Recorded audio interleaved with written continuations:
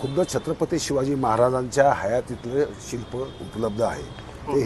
ते शिल्प श्वान तर आहे, म्हणजे त्यांच्या जीवनात कुत्रा होता एवढं तरी या शिल्पावरनं सिद्ध होतं आणि तो त्यांच्या बरोबर असायचा सातत्याने, म्हणून तर तो शिल्पात वाघे आला नाही तर आला नसता. एका श्वानांच्या इमानदारीच्या इतिहासाचं सुद्धा काळ फासतोय याचं भान संभाजीराजांना असायला पाहिजे होतं. शिवाजी महाराजांचा इमानदार कुत्रा होता हे आपल्याला अमान्य करायचंय आणि श्वान हा बसवला का तर शिवाजी महाराजांचा अपमान करण्यासाठी.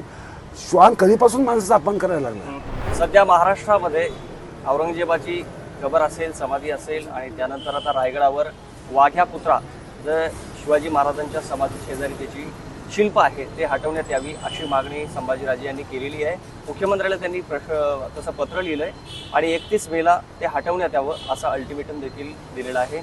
या सगळ्या विषयावर माझ्याशी बोलण्यासाठी आहेत ज्येष्ठ इतिहास संशोधक संजय सोनवणे सर. सोनवणे सर, तुम्ही कसं पाहता सध्या कबरीचा वाद महाराष्ट्रभर सुरू आहे? आधी औरंगजेबाच्या कबरीवरून काही दिवस चर्चा झाली, वाद झाले. नागपूरमध्ये जे काही घडलं ते संबंध महाराष्ट्राने बघितलंय.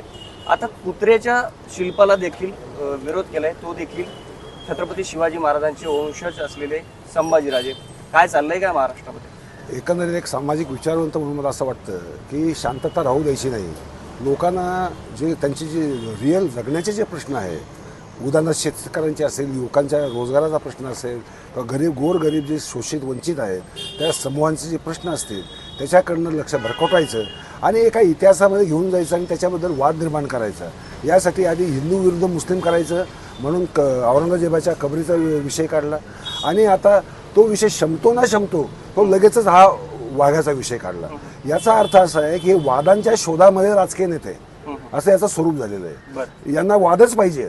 बरं, आता मूळ मुद्द्याकडे आपण येऊयात सर. वाघ्या कुत्र्याचं जे शिल्प त्या ठिकाणी सध्या रायगडावर आहे त्यामध्ये किती तथ्य आहे? खरंच वाघ्या कुत्र होतं का? आणि ते हटवण्याची जी मागणी आहे त्याच्यामध्ये किती तथ्य आहे? आणि पहिली गोष्ट अशी आहे की खुद्द छत्रपती शिवाजी महाराजांच्या हयातीतले शिल्प उपलब्ध आहे. ते शिल्प कुठलं शिल्प आहे सर? हे बेलवडी म्हणून संस्थान होतं कर्नाटकामध्ये. तिथं यादवाड नावाचं गाव आहे. त्या यादवाड गावामध्ये हे शिल्प आहे आणि अशी अनेक शिल्प.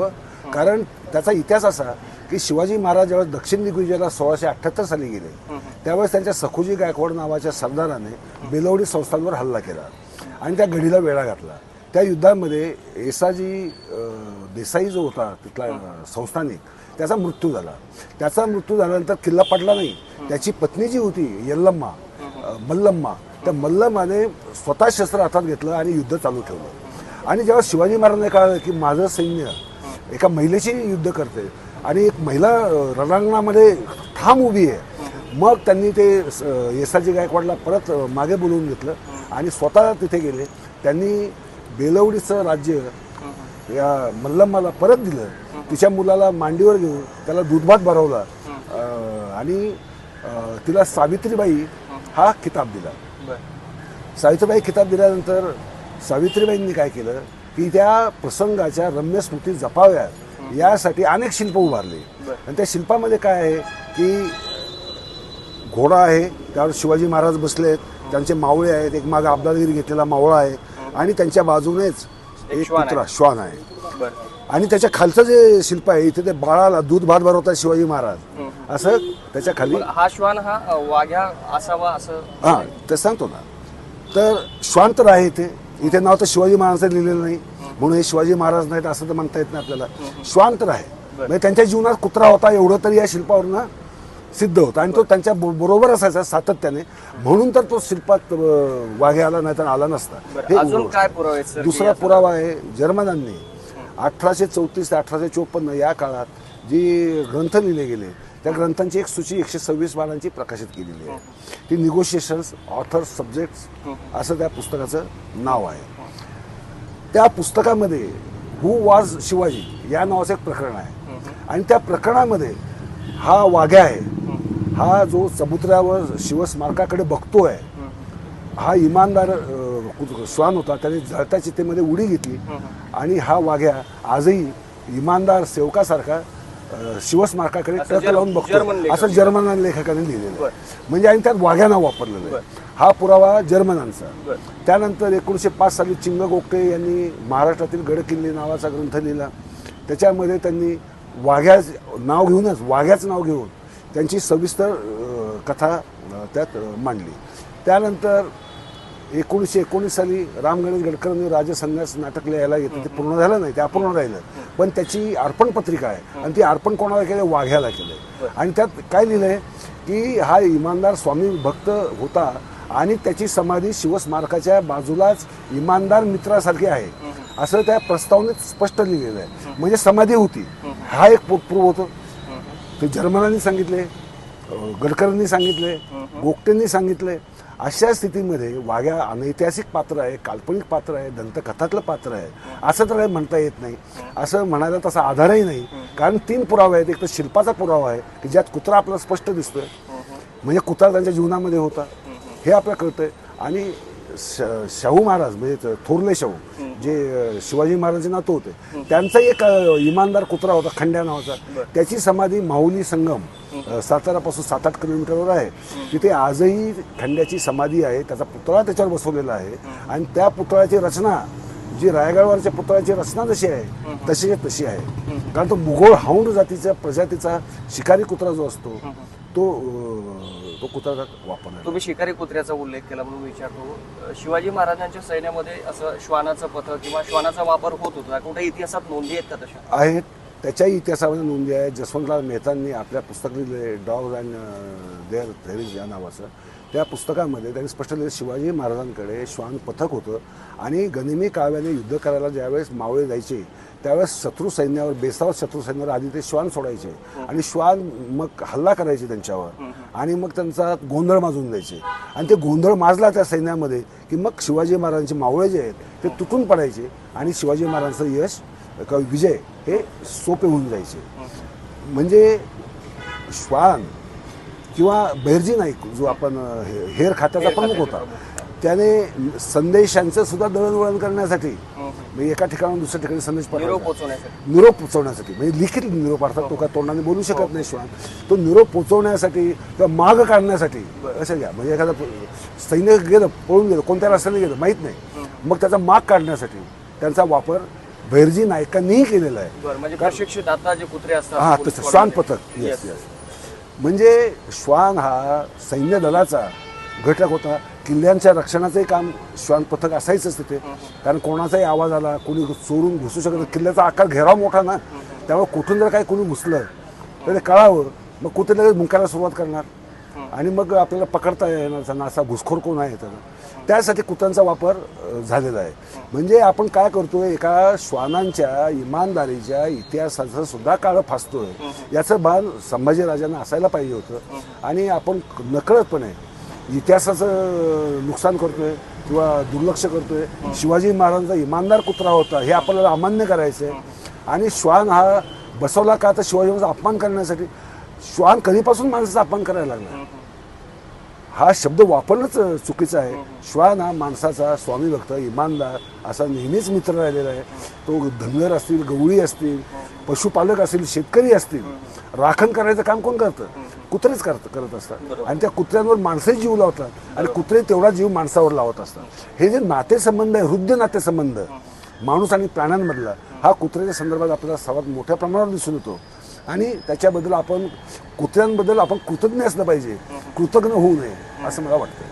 आता ते समाधीच्या शेजारी महाराजांच्या वाघ्या कुत्र्याचं शिल्प आहे, त्याला स्वामीनिष्ठ एकनिष्ठ असं म्हणूनच त्याचा उल्लेख सर्वजण करत असतात. मग संभाजी महाराजांच्या मनात, आत्ताच्या संभाजी महाराजांच्या मनात असं का आलं, वाघ्या कुत्र्याबद्दल का राग आला?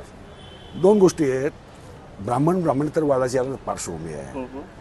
ब्राह्मणांनी शिवरायांचा अपमान करण्यासाठी वाघ्याचा पुतळा बसवला असं त्यांचं म्हणणं आहे. ब्रिगेडचे, संभाजी ब्रिगेडचे तेच म्हणणं, 12 साली पण तेच होतं. आता ती एक भूमिका अजून ती आहे. आता जर ब्राह्मणांचा शिवाजी महाराजांचा द्वेष होता, त्यांचा अपमान करण्यासाठी जर पुतळा बसवला असं त्यांचं म्हणणं आहे समजा, तर मुळात त्यांनी शिवस्मारकच बांधलं नसतं. शिवस्मारकाचं काम 1926ला पूर्ण झालं आणि वाघ्याचा पुतळा बसलाय 1936 साली. हे 10 वर्षाचं जवळपास अंतर आहे. मग ब्राह्मण हा उपद्रव म्हणजे मुळात त्यांनी समाधीच बांधली नसते ना, ती मेघ डंबरी जी बांधलेली आहे ते समाधीची दुरुस्ती करून ते त्यांनी केलंच नसतं. त्यामुळे त्यांच्या हेतूवर पण आपण शंका घेतोय. म्हणजे लोकमान्य टिळक, नची केळकर, आपण ब्राह्मणांनी समाजामध्ये त्यांच्या अनेक गोष्टी त्यांच्यावर तुम्हाला आरोप करता येऊ शकतात. खरे सुद्धा आणि काय खोटे सुद्धा. परंतु प्रत्येक ठिकाणी ब्राह्मणेतर वादमध्ये आणणं हे म्हणजे त्यांच्या हेतूवर शंका घेतल्यासारखं झालं. त्यांनी पै गोळा करून देणग्या मागून हे शिवस्मारकाचं काम केलेलं आहे. त्यावेळेस छत्रपतींचं अख्खं घराणं कुठे होतं असा जर प्रश्न विचारला तर ते छत्रपतींना कसं वाटेल? नाही का? त्यावेळेस अशी काही छत्रपती घराण्याकडून काही देणगी आल्याची नोंद आहे का? अजिबात नाही. म्हणजे छत्रपतीच्या घराण्याची 1 रुपयाची मदत नाही. त्यालाही कारण ब्राह्मणेतर वाद आहे. कारण त्यावेळेस शाहू महाराजांच्या वेदोक्त प्रकरणाचा वाद जोरात पेटलेला होता आणि लोकमान्य टिळक वेदोक्ताच्या बाजूने होते आणि शाहू महाराज विरोधात होते. त्यामुळे काय झालं, शाहू महाराजांनी लोकमान्य टिळक या समितीचे अध्यक्ष शिवस्मारक, त्यामुळे टिळकांना त्यांनी 1 रुपयाची मदत केली नाही. त्याला ही वादाची पार्श्वभूमी. आणि खरं तर ही समाधी शोधली कोणी? महात्मा फुलेंनी. बांधली कोणी? ब्राह्मणांनी. त्याला मदत कोणी केली? आर्थिक मदत तुकोजीराजे होळकरांनी केली. म्हणजे धनगर ब्राह्मणांनी मिळून आजची शिवसमाधी आणि वाघ्याचा पुतळा उभा केलेला आहे. त्या राजघराण्याचा म्हणजे छत्रपतींच्या घराण्याचा कसलाही हातभार नाही.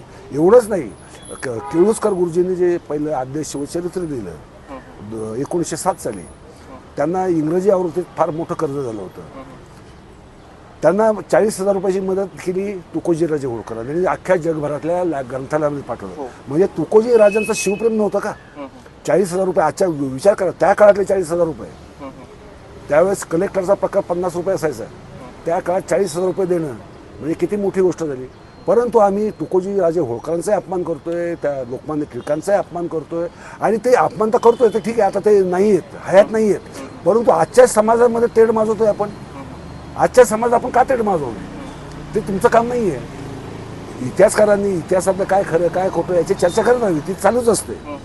अनेक पुराव्यांचं आकलन प्रत्येक इतिहासकाराचं वेगळं असतं, ते असू शकतं, त्याबद्दल काही दुमत नाही. परंतु ते असं खुमशीत पद्धतीने जात नाही की आता तोडफोड करा, आम्ही हे करू ते उद्ध्वस्त करू, कबर उखडून काढू, पुतळा काढून टाकू, असं इतिहासकार तर करत नाही. ते वैचारिक वाद असतो, तो वैचारिक लेवललाच लढला गेला पाहिजे. त्याचं तुम्ही अशा प्रकारचं राजकारण करणं हे योग्य नाही. सर, आता तुम्ही कबरीचा उल्लेख केला की ज्या ऐतिहासिक कबरी आहेत, म्हणजे वाघ्यापुत्र असो, औरंगजेब असो किंवा आणखी अजून कुठले असेल, ह्या कोणीतरी टोळ्यानं जाणे आणि ते उकळून फेकणं एवढं सोपं असतं का? ते नाही, सोपं नसतं, पण ते सरकारच्या याच्यावर अवलंबून आहे. उदाहरणार्थ बाबरी मशीद पडली त्यावेळेस पोलिसांनाच बेसावत ठेवण्यात आलं होतं. 12 साली पुतळा 72 लोकांनी संभाजी ब्रिगेडच्या जाऊन वाघ्याचा काढला होता, फेकला होता, पुरातत्व खात्याने परत बसवला, ही गोष्ट वेगळी. परंतु झुंडशाही जी आहे, झुंडशाहीला काही कायदा समजत नाही, त्याचं ऐतिहासिक महत्त्व समजत नाही. त्यांना फक्त वाटतं की औरंगजेबाने संभाजीराजांचा एवढा छळ करून हे केला, मग त्याची कबर इथे नको. याच्यातच मला प्रश्न विचारता, या सगळ्या गोष्टीमुळे इतिहासाचं काय नुकसान होतं? इतिहासाचं नुकसान हे होतं, पहिली गोष्ट अशी आहे की आपली कबर तिथे बांधावी ही खुद्द औरंगजेबाची इच्छा होती. त्याचे जे सुफी गुरु होते जैनुद्दीन शिराजी म्हणून, त्यांच्या कबरी शेजारीच आपली कबर असावी अशी औरंगजेबाची इच्छा होती. ते मृत्यूपत्रच त्याचं ते होतं. त्यामुळे तो भारतात कुठे मेला असता किंवा जगाच्या पाठीवर कुठे मेला असता त्याची कबर तिथे होणारच होती.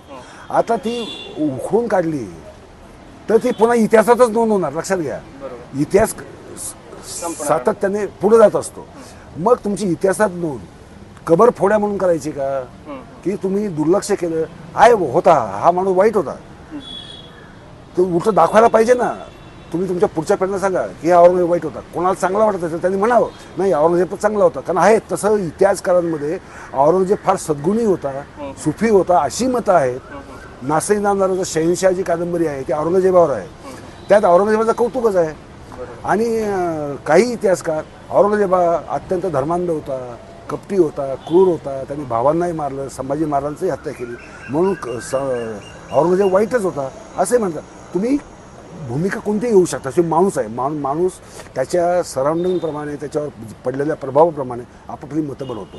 पण इतिहासकार जो सच्चा इतिहासकार असतो त्याच्यावर अशी मतं प्रभाव टाकू शकत नाही. तो फक्त बघतो प्रूफ काय. आज औरंगजेबाची समाधी साधी असावी असं लिहिलं होतं त्याने, आणि समजा समाधी उद्ध्वस्त करून टाकली. पुढचे जे इतिहासकार असतील 50-100 वर्षानंतरचे ते म्हणजे यांनी म्हटलं होतं साधी असणार, म्हणजे खरोखर साधी म्हणजे कशी होती हे त्यांना कळणार कसं? कारण तुम्ही ते उद्ध्वस्तच संदर्भ करून नष्ट टाकले. होता. संदर्भच नष्ट होतो ना. सर समाधीचा आता हा विषयावर आपण बोलतोय. आता तुम्ही मगाशी प्रेसमध्ये बोलत असताना म्हणाले की छत्रपती घराण्यातल्या अनेक ज्या व्यक्ती होत्या त्यांच्या समाध्या नाही आहेत. तो कुणाकुणाच्या समाध्या नाही आहेत? सोयराबाईंची नाही, पुतळाबाईंची नाही. पुतळाबाई तर सती गेल्या, त्यामुळे त्याचं रुंद स्मृती सती शिळा जी असते ती आहे, ती रायगडावर आहे. पण ते समाधी नाही का, ते सतीची समाधी करतच नाही. त्याचं वृंदावन तरी करतात, नाहीतर सती शिळा तरी उभारतात. तर सती शिळा आहे. परंतु मग बाकीच्या ज्या राण्या होत्या, शिवाजीच्या सकवारबाई वगैरे ज्या काही 8 राण्या होत्या, त्यापैकी ज्या 6 आहेत, त्यांची समाधी कुठे आहे? ते सापडत नाही. त्याच्याबद्दल उल्लेखच नाही आहे कुठं. उल्लेखच नाही इतिहासामध्ये. मग त्यांचा उल्लेख नाही, त्या राण्या नव्हत्याच असं तुम्ही म्हणणार आहात का? असं म्हणू शकत नाही ना. नाही, बरोबर आहे. जसं तुम्ही वाघ्याचा समकालीन साधनात उल्लेख मिळत म्हणजे वाघा नव्हता असं ठामपणे म्हणता, मग तर त्या राण्या नव्हत्या, मग अस्तित्वच नव्हतं त्यांचं. असे शिवाजी महाराजांसोबतचे जे महान व्यक्ती होते, महान योद्धे होते, वॉरियर होते, ते असे कुठलेत की त्यांच्या समाधी आज महाराष्ट्र शोधू शकला नाही? आता बहिर्जी नाईक उदाहरणार्थ भूपाळगडावर त्याची अत्यंत दुर्लक्षित अशी समाधी आहे. खरं म्हणजे तिचं जीर्णोद्धार कधीच व्हायला पाहिजे होता. आता तर ते इतिहासकार सोडलं तर कोणालाच माहीत नाही की कुठे ती सध्या? भूपाळगड तिथे तो सीमेवर होतो. संभाजी महाराजांनी तो किल्ला जिंकला होता, तिथे आहे. परंतु ते अत्यंत दुर्लक्षित अवस्थेत आहे आणि अनेकांची समाध्याच नाही. समाध्याच नाही. उदाहरणार्थ बाजी प्रभू देशपांडेची समाधी नेमकी कुठे आहे? विशाळगडावर आहे का पावनखिंडीत आहे का गजापूरला आहे? याच्याबद्दल अजूनही इतिहासकारांमध्ये एकमत झालेलं नाही. म्हणजे आणि असे अनेक आहेत. म्हणजे समजा आपण नेताजी पालकर उदाहरण घेऊ. आता हे तर पुरुष वीर झाले, त्यांच्या ज्या पत्नी होत्या त्यांच्याबद्दल तर नावाचा सुद्धा कुठेच उल्लेख नाही आहे. आला तर कुठेतरी, आणि ते वेगवेगळे उल्लेख आहे. म्हणजे त्याच्यावरनं आपण त्यांनी लग्नच केलं नव्हतं असं तर काढू शकत नाही. म्हणजे इतिहासामध्ये नाव सापडलं नाही म्हणजे ते नव्हती, व्यक्तीच नव्हती अस्तित्वात असं म्हणू शकत नाही. कारण शिवाजी महाराजांचं जे स्वराज्य बांधणीचं कार्य चालू सुरुवातीपासून त्यांच्यासोबत अनेक मावळे अनेक ठिकाणी युद्धामध्येच त्यांचा मृत्यू झालेला आहे. आता साल्हेर मुल्हेर किल्ल्यापासून तर कर्नाटकापर्यंत जिंजीपर्यंत छत्रपती गेलेले आहेत. वाटेमध्ये किती शूरवीर योद्धे पडले असतील. आता उदाहरणार्थ येसाजी गायकवाड हा एवढा मोठा सरदार होता ज्याने बेलवडीचं युद्ध लढलं. तो त्याची समाधी कुठे आहे ते कोणाला माहीत नाही. किंबहुना अनेकांची नावच आपल्याला मिळत नाहीत. म्हणजे बहिर्जी नाईचं नाव मिळतं, पण त्याचे सहकारी कोण होते? कारण एकटा बहिर्जी नाई तर असू शकत नाही, त्याचे सहकारी असणार, कोणते असिस्टंट असणार, त्याचं एकाचंही नाव मिळत नाही. सर शेवटचा प्रश्न, या मुलाखतीच्या शेवटाकडे येतोय आपण. हे जे की सध्याची परिस्थिती सुरू आहे, कोणी उठतंय आणि ऐतिहासिक संदर्भ काढतो आणि त्या गोष्टी तोडफोड करायला सुरू होतो. तर एक इतिहासकार म्हणून, इतिहास अभ्यासक म्हणून तुम्हाला काय दुःख होतं? काय असतं इतिहासकारांचं दुःख? पहिली वेदना अशी आहे की इतिहासात वाद होतात का? जगभरचे इतिहासकारांमध्ये वाद होत असतात, परंतु त्या वादांमुळे समाज जीवनावर, समाज मानसिकतेवर आणि सामाजिक मतभेद निर्माण होणं, द्वेष निर्माण होणं, तिरस्कार निर्माण करण्याचा प्रयत्न होणं ही यातनादायक गोष्ट आहे. म्हणजे ते बघवत नाही, अक्षरशः बघवत नाही. असं वाटतं इतिहास संशोधनाचं काम आहे, इतिहास संशोधन करत राहावं, समाजासमोर ठेवत राहावं, समाजाने ते वाचावं आणि आपापल्या आकलनाप्रमाणे आकलन नाही करून द्यावं. परंतु ते वर्तमानामध्ये जुन्या काळातला राग, आता कनिष्काने भारताला स्वारी केली, 150 वर्ष राज्य केलं कुशाण घराण्याने, म्हणून आता कुशाणाचे पुतळे शोधायचे का? ते तोडायचे का? तुम्ही कोणाचे तोडणार आहात? वैदिक लोकांचे तोडणार आहात? ते अफगाणिस्तानमधून आले, भारतामध्ये त्यांनी त्यांचा धर्म पसरवला, त्यांचा द्वेष करणार का? मग मुस्लिम म्हटलं आपलं फक्त, पण त्या मुस्लिमांमध्ये फरक आहे. कोणी अरबी आहे, कोणी तुर्की आहे, कोणी उझबेकी आहे, कोणी मंगोल आहे. म्हणजे मुस्लिम म्हणजे सरसकट सगळे एकच असं जे समज पसरवला गेलेला आहे, तो समजही मूर्खपणाचा आहे. त्याच्याबद्दल सुद्धा जागरण करायची गरज आहे. परंतु मुस्लिम म्हणजे मुस्लिम असं म्हणून चालत नाही. तर हे समाजाचं जे एक आजकाल काय झालेलं आहे, चित्रपट, नाटक आणि कादंबरी यात जो इतिहास येतो तोच लोकांना खरा इतिहास वाटतो. ते मूळ साधनं वाचण्याच्या फंदात पडत नाहीत, त्यांच्यापर्यंत ती पोचवतही नाहीत का त्यांना इंटरेस्टच नसतो. पानिपत कादंबरी गाजली बघा, परंतु पानिपत 1761 शेजवलकरांनी लिहिलेला जो ग्रंथ आहे पानिपतवरचा पहिला, तो त्याची पहिली आवृत्ती संपायला 30 वर्ष लागली. विचार करा. आणि यांच्या 30 वर्षामध्ये पानिपतच्या जवळपास 40-50 आवृत्त्या झाल्या. हा फरक आहे. म्हणजे कादंबऱ्या लोकांच्या मनावर चित्रपट का नाटक हा अधिराज्य गाजवतो, परंतु हे नाटक आहे, हा चित्रपट आहे, ही कादंबरी आहे, हा खरा इतिहास नाही याचं भान. शेवटचा प्रश्न, राज्यातील युवक असतील, देशातले युवक असतील, फार गरम होतात आणि या सगळ्या गोष्टीकडे जातात, कारण त्यांना चित्रपट दिसतात आणि बाकीचे साहित्य कुठलं वाचवायच्या संदर्भात काही माहिती नसते. तर तुम्ही महाराष्ट्रातील आणि एकूणच देशातले जे युवक आहेत त्यांना काय आवाहन कराल, त्यांनी काय वाचलं पाहिजे, काय पाहिलं पाहिजे? मी नम्रपणे सर्व युवकांना हे आवाहन करेन की इतिहासातलं तुम्हाला समजून घ्यायचं असेल तर कथा कादंबऱ्यांवर अवलंबून राहू नका. तुम्ही मूळ साधनं जी आहेत, मूळ संदर्भ ग्रंथ जे आहेत ते तपासून पहा, वाचून पहा आणि त्यानुसार तुमची मतं बनवा. पण फक्त मतं बनवा, ते कृतीमध्ये आणू नका. कारण कृतीमध्ये आणणं किंवा द्वेष निर्माण करणं किंवा एखाद्याबद्दल उगीच अवास्तव त्याची प्रतिमा मस्तकामध्ये वाढवून घेणं, ह्या दोन्ही गोष्टी आपल्याला शोभत नाही. कारण एखाद्याचं उदात्तीकरण करायचं, एखाद्याला खलनायक बनवायचं, कारण प्रत्येक माणूस काळा किंवा पांढरा नसतो, प्रत्येकामध्ये गुणदोष असतात, प्रत्येकातच असतात. मग तो कोणीही असो, म्हणजे जगातला कोणी, म्हणजे तुम्ही कृष्ण घ्या, राम घ्या, ते फार अगदी आतापर्यंतचे जे काही महान पुरुष झाले त्यांच्यामध्ये घ्या, हे गुणदोष हे माणूस आहे, माणूसात असतात, हे आपण पहिलं गृहीत धरा आणि मगच त्याचं अध्ययन करा आणि स्वतःला प्रगल्भ बनवा, सुबुद्ध बनवा आणि एक चांगले नागरिक बना. आणि समाजावर प्रेम कसं राहील आपलं, समाजामध्ये आपल्याला लोकांना जवळ कसं घेता येईल, त्यांचे सुखदुःख कशी आपल्याला बघता येतील, डोळ्यातले अश्रू पुसता येतील, ही भावना मनामध्ये जास्त जागवा, एवढं मी आवाहन करेन. सर धन्यवाद, तुम्ही सविस्तर आमच्याशी बोलल्याबद्दल खूप खूप धन्यवाद.